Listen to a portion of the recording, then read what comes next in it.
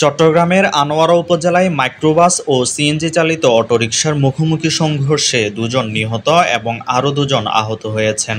শনিবার সকাল 8:30টার দিকে আনোয়ারা বাঁশখালী পিএবি সড়কের মাজার গেট এলাকায় এ দুর্ঘটনা ঘটে।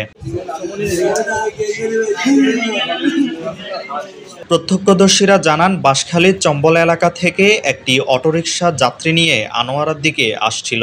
মাজার গেট এলাকায় পৌঁছালে বিপরীত দিক থেকে আসা একটি মাইক্রোবাসের সঙ্গে সিএনজির মুখোমুখি সংঘর্ষ হয়। এতে ঘটনাস্থলে অটোরিকশার 2 যাত্রী প্রাণ হারান এবং অপর 2 জন গুরুতর আহত হন।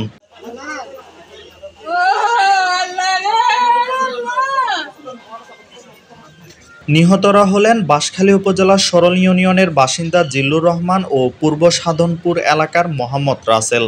আহতরা হলেন আলমগীর ও বিষ্ণু দাস, দুজনেই বাঁশখালী উপজেলার বাসিন্দা। আহতদের আনোয়ারা উপজেলা স্বাস্থ্য কমপ্লেক্সে নেওয়া হয়, পরে উন্নত চিকিৎসার জন্য চট্টগ্রাম মেডিকেল কলেজ হাসপাতালে পাঠানো হয়।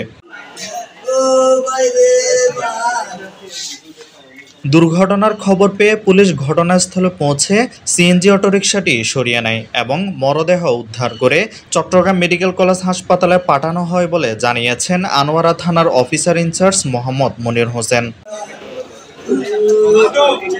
Desk report, Chattogram news.